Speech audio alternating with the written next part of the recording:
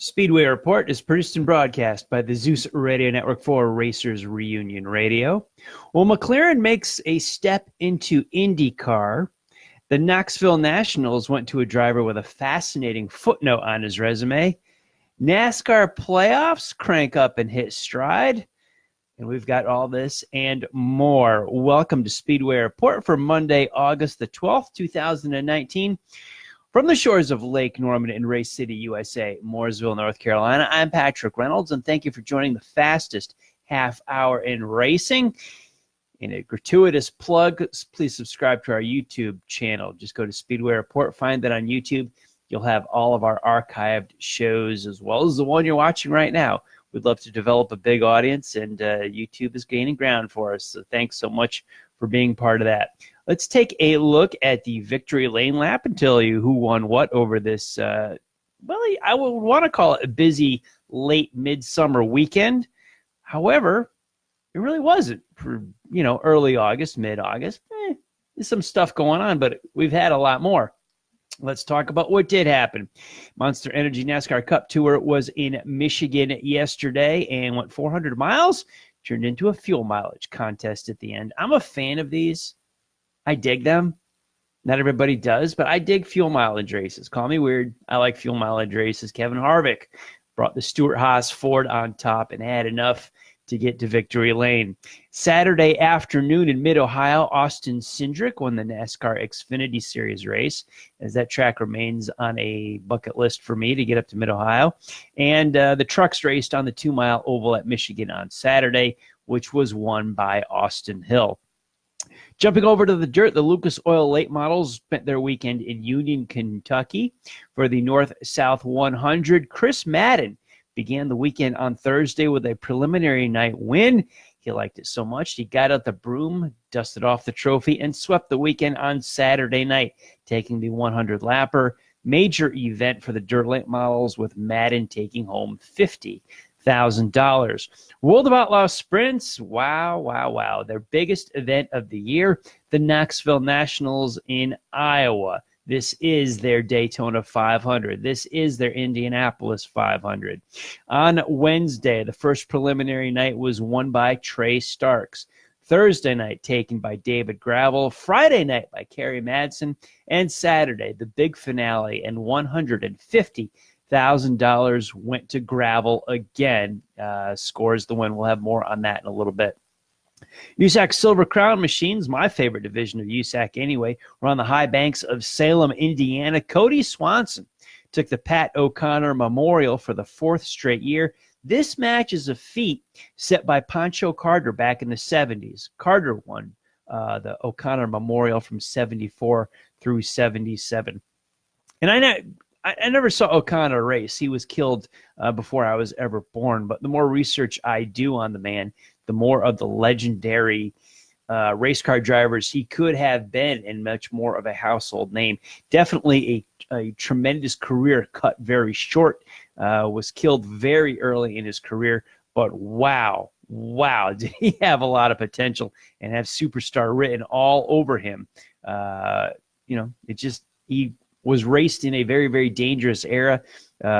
Lost his life very early at the Indianapolis 500. But boy, oh boy, O'Connor definitely was one of the stars of his day and could have had a whole lot more on his resume in the Hall of Fame career. Pat O'Connor Memorial goes to Cody Swanson.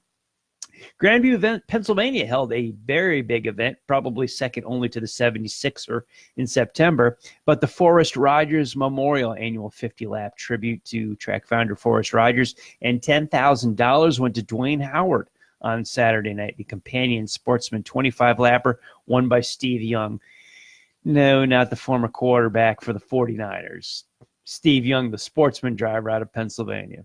Closer to home here in our studios in Winston-Salem, North Carolina at the Bowman Gray Stadium, NASCAR Modifieds raced for twin 50s. Those were split by Brandon Ward and Jonathan Brown. Now, heading into the season finale this Saturday, Burt Myers holds a 7-point lead on Tim Brown going into the championship race. This Saturday night will be 150 laps. It will settle the modified and all the championships in that division. As so many people know, Bowman Gray Stadium and the NASCAR races there on Saturday nights share the football field with Winston-Salem State University. So they got to button it up quick because they're going to start playing football there. Same facility, same field, same grandstand. So they got to get it all done up, and the season ends there rather early. Jumping back to this weekend, I want to look at that.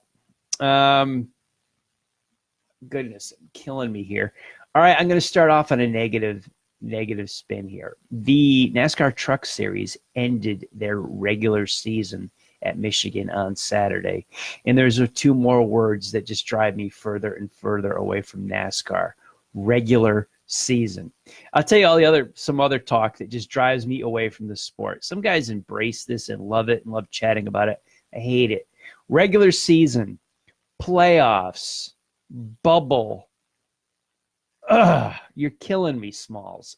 This stuff, I got to suffer through this trying to follow the truck race on Saturday, is what ends the regular season and who's in the playoffs and who's out. And I feel like I'm just watching football or basketball, and I'm seeing the playoffs form. That's exactly what I'm seeing. And we are how many years? 15 years into some form of playoffs. And I complain about this every so many weeks until somebody in Daytona Beach will listen. This is what's driving your empty seats. This is what drove away all the old-time fans. I'm an old-time fan. I can't stand this. I can't even watch a race anymore because this stuff, you get beyond Daytona too far, and we start talking playoffs and regular season and all the whole lineup. I can't take this. Every week it drives me further and further away from NASCAR. I will follow regional tours and the weekly short tracks and other forms of racing, but oh my God, I cannot do playoffs. I can't stand them. I don't even care. Playoff points and stage wins. I hate stage racing too, but God, this whole sport is nothing but a punchline, and a bad one at that, of the sport that I grew up on and loved. Oh my God, it's terrible. I mean, it's driving me away from it a little bit more gradually for all these years, in week to week. I hardly ever watch these things anymore. Not those style of racing anymore. The national touring events, I can't take them. I can't take stages. I can't take all this melodramatic fake excitement with who's in and out of the playoffs. I don't care. I don't care. You don't decide honest championships anymore. You haven't for years. And every so many weeks, I just try to follow NASCAR, the three national series, and just the playoffs and who's in and who's out and the regular season. These words should not be uttered during an auto race. This drives me further and further away from the sport every damn week. I can't stand it. Playoffs. I don't care. I don't care. You're all deciding phony championships that don't matter. Go to the regional series. Go to dirt racing. Something. Go to the World of Outlaws. Go to the Lucas Oil late models. Go to ARCA. Go to modifieds. I don't care. Those are honest titles.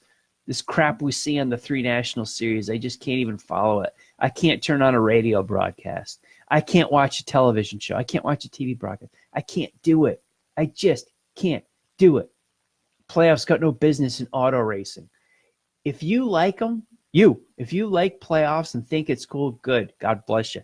Embrace it. Watch them. Enjoy them. These are the onions on my pizza. I can't take it. I don't want onions on it. If onions is the only way it'll come, I'll go to a new pizza parlor and spend my money elsewhere. I'm looking forward to the Indycar race at Pocono this Sunday. How's that? That's what interests me. Not so much Bristol on Saturday night anymore. Remember when Bristol was like the must-see event about 20 years ago in NASCAR? Whatever. It's about 3 hours away from me. I'm much more interested in Bowman Gray's race on Saturday night than I am in Bristol, Tennessee by far. And the IndyCar race Sunday afternoon at Pocono, 500 miles, the way it ought to be. Yeah, I listen. Gosh, I've given this thing every effort. I try to watch TV and I can't do it. I can't follow it. Or I can follow it and understand it. I have no interest in it.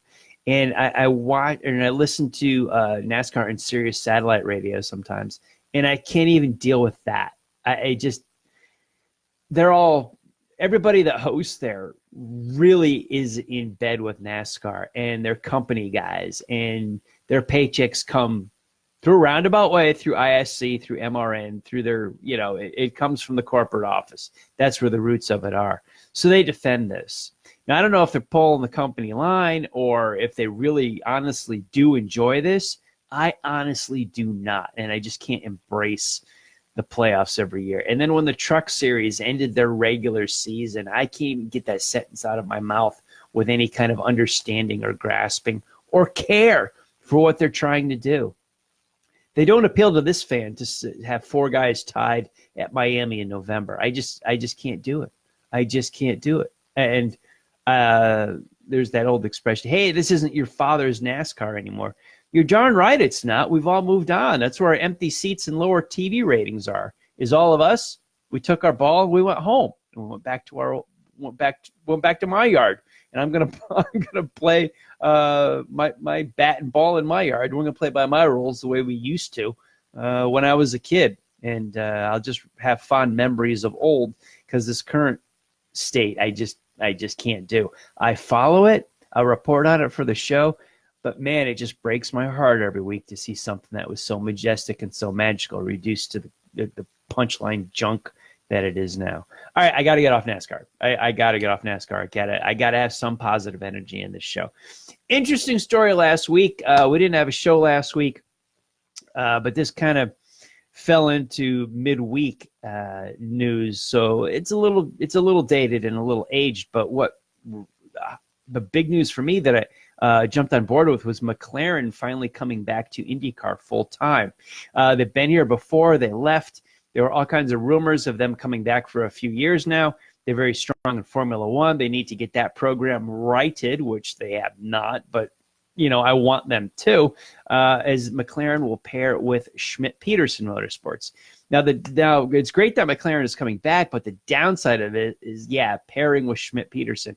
I think we all wished or hoped that they were just going to bring their entries to the grid, and that we'd have at least 2 more cars for IndyCar in 2020. So it's kind of disappointing in that regard, but I understand Sam Schmidt's thinking and logic on this, because this all comes down to business. Schmidt-Peterson has had a long-standing good relationship with Honda. They are now moving to Chevrolet, as American Honda is not allowed to do business with McLaren. So Honda to Chevrolet, business pros and cons, it comes down to one thing. Ka-ching. I can't sing, but you get the drift. It's cha-ching. Money. This is what this is all about. But with McLaren and Chevrolet stepping up to the plate, Honda has a very strong presence in IndyCar, and their current driver at Schmidt-Peterson, basically James Hinchcliffe, is the face of Honda in Canada, and he's a huge face of IndyCar here in the United States. Now, he's had a long relationship with Honda. He's now a Chevy guy. Business runs this thing, ka-ching. Where's the loyalty here? Yeah, ka-ching. That's where your loyalty is. Now, Hinch's contract is said to be going to be honored in 2020. Now, what does that mean? Does he mean he gets a grid spot, or does he just get paid? You've got to have Hinch on the grid. Like I said, he's just too much of a face. We lost Castroneves week to week, which is a shame. It's like that Dancing with the Stars curse. But Castroneves won it. Hinch finished second, yet I hope he's still on the grid. Now, this really opened up the can of worms for all the rumors, and I counted them up. I'm going to try to go through all the names here of potential Hinch's teammate for 2020. We've got Colton Herta, Marcus Ericsson, Connor Daly, Santino Ferrucci, Pato O'Ward, Spencer Piggott, Ed Jones, Tony Kanaan even, Matthias Leist, Oliver Askew, Rinus VK, Felipe Nasser, Nicholas Latifi, and of course, who started it all a couple of years ago, Fernando Alonso. Now, Alonso has said that he's not going to run a full season of IndyCar, but it would be cool to have him on the grid for more than just the 500, even a part-time guy. Maybe he can do Indy and Pocono. And Lord knows what the terror he would rain down on these guys on a road course or a street course. Boy. Now, it was a shame to see McLaren just kind of fumble and fall on their face this past May at Indianapolis. It was horrible to see Alonso go through this, especially since this incredible showing that he put on in May of 2017 when they teamed up with Andretti and Honda. But that was a whole different business world. 2 years is an eternity in the world of motorsports and business. So there's a lot of moving pieces here, and I'd love to bring all these guys that I just rattled off to a McLaren seat. You got Leist and Kanaan and AJ Foyt's equipment, largely a back marker. Very rarely do they run up front. And Kanaan is a proven product that he's a better driver than his equipment has. And I'm a big AJ Foyt fan, but Kanaan's running near the back of the pack, and he's better than that. So to put him in some McLaren stuff, powered by Chevrolet with Schmidt-Peterson, could be. But they're always looking for that young guy to come up through. Colton Herta is definitely a leading candidate. Now, he's with the Steinbrenner team. That's backed around the corner by Andretti. Michael's got his hand in that quite a bit, with Brian Herta being such a big part of Andretti Autosport. Colton's future is secure for quite a long time, even though he may or may not go to this McLaren deal, but he's certainly rumored to go in there. Connor Daly is a talent that absolutely should have a full-time ride. It's a shame that he doesn't. Spencer Pigot, Ed Jones, these guys have all shown so much potential, so much talent, are very good, and they belong on the IndyCar grid, but there's only so many seats to go around unless you can bring some money. We're looking at a third Rahal Letterman car? Yeah, if the money can be there. Are we looking at a fifth Andretti car? Yeah, if the money will be there. The same reason Sam Schmidt stepped away from Honda to go to Chevrolet. Ka-ching. Now, what's Hinch going to do? I'm not 100% positive. I'd like for him to just, stay the line and he'd be with whatever they're going to call it, Schmidt McLaren now, I guess. But that would be, the obvious easy choice. But I'm not sure of the wording that I hear from McLaren, from Schmidt, from Arrow, that it's just going to be that simple, that Hinch is dropped into that seat. He should remain there, but strange bedfellows here in IndyCar. I'm excited to see this play out, but I think we're going to see some hearts getting broken before the lineup is set, or by the time the lineup is set for 2020 with who's in whose seat. Yeah, you're going to see some very disappointed gentlemen and some hearts broken, as good guys will be left on the outside looking in. Mark my words. The musical chairs game, some of these guys, some very big names, big guys with a lot of trophies and a long resume, will be on the outside looking in when it comes to 2020 in the IndyCar grid. But for McLaren, they've got a pretty big history in here. As a general rule, I welcome them back. It's great to see them.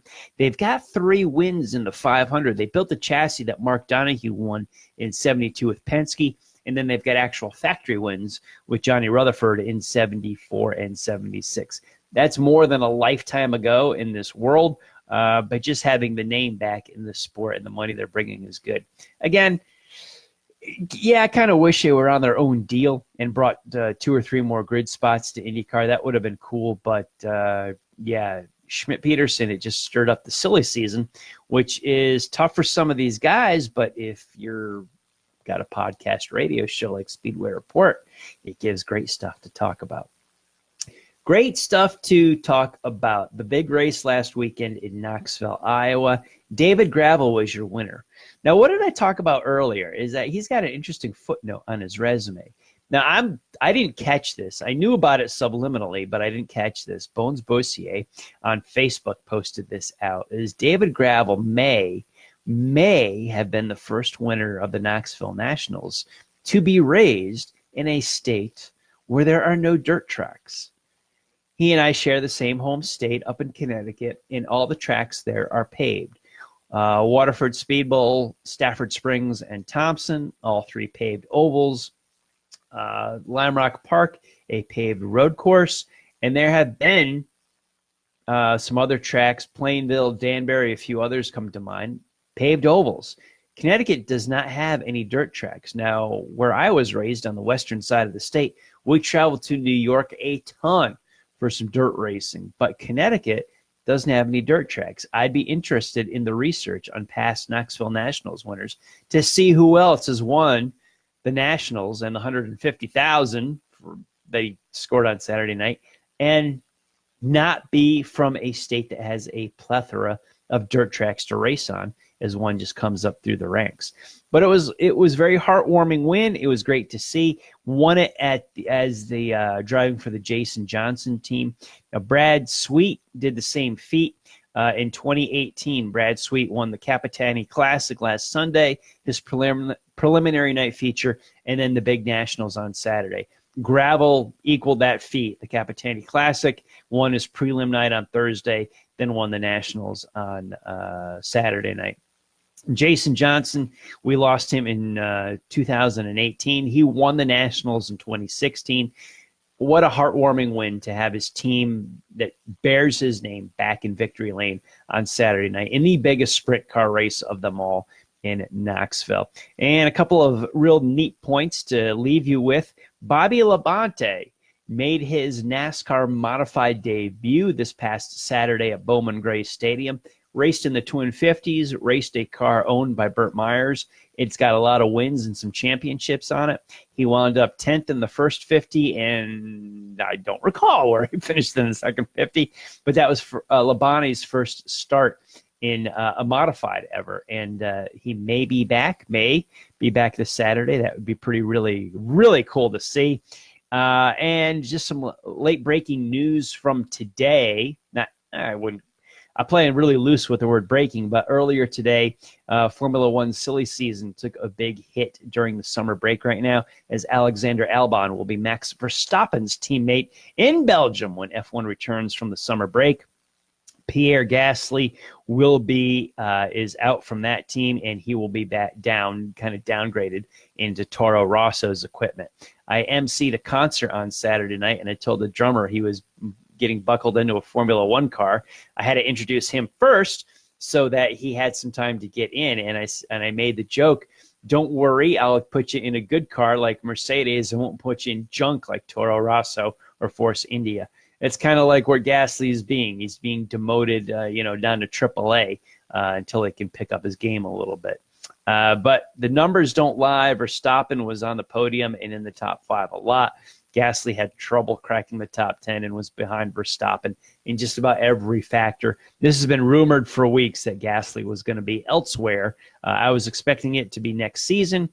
The big summer break coming up, they won't race until I think the end of August in Spa, one of the most amazing road courses on the planet.